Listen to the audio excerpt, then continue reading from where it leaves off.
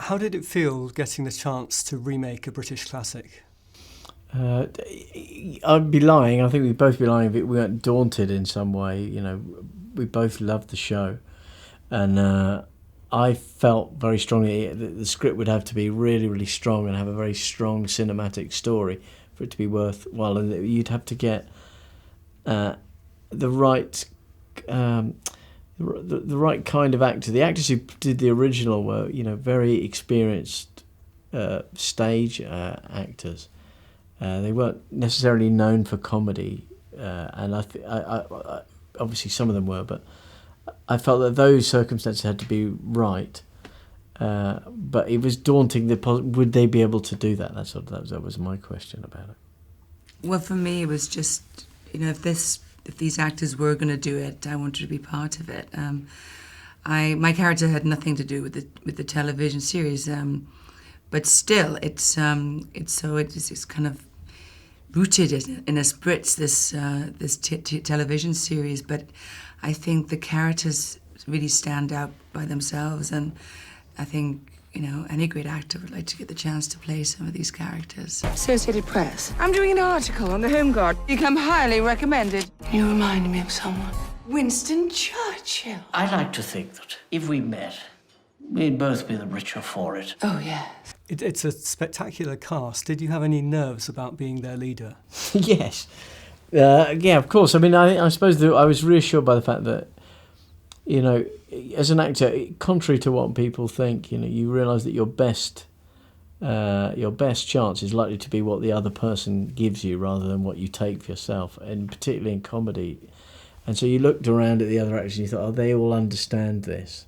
They all understand that, it's going to be better to have one big laugh than everyone have their own sort of like laugh in between all. And in that sense, I felt that we had a really good shot at it because you have Bill Nye, Bill Patterson, Tom, and Michael. These are really, really top quality actors.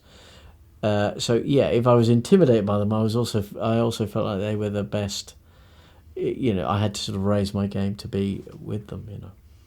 And Catherine, the other actors are all playing iconic characters, but your part is completely new. Was that an advantage or a disadvantage?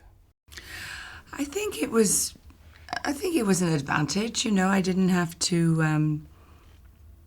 The obvious comparison. I speak. I shouldn't speak for you, but there is an obvious comparison to those actors who played that role for so many years. And as great as they were actors in that role, nobody saw them in anything else. They just tuned in every week to see them as these characters. They were like family to the general public. They knew them so well. For me to come in and then I wanted to create a character that herself was a little, even if it was only in her own head, a little iconic. She believes herself to be iconic, with femme fatale, and she plays the part of that very well. And I wanted that to come across. I think she was a frustrated movie star. I think Rose Winters was always waiting to be discovered. And she the never star was. of her own movie, yeah. Yeah, she's the star of her own movie, and I wanted to bring that into this mix of crazy goings on in Wilmington-on-Sea. And Toby, Captain Mainwaring, is he a buffoon or is he really quite admirable? I think he's both. It's a good question. I think he's both. I think that obviously everyone knows him to be a pompous buffoon. But I also think that there's a sort of nobility about those people who get up on a Sunday afternoon, on a Sunday morning to organise the cricket team and get the tea ready for the people who are complaining, the other 10 people who are complaining that, they're being bothered by him. I think that there's a kind of nobility in the person who is the butt of all of the jokes but sort of keeps the train on track. And I feel that in the film there's room to explore that a bit, the poignancy of a character when he's stripped of his status. You feel that there's an injustice there. It breaks somewhere. your heart. But Yeah. also that relationship that you have with Felicity, you play your wife. You didn't have that in the series, you know. Where is Mrs. Mainwaring? You know, and I love those scenes you guys have together because it makes you understand the man more. You Yeah, know, yeah, you yeah. really do. And that's the beauty of having the time and screen presence to be able to, you know, to broaden, you know, a great story and a great brand, if you like, you know.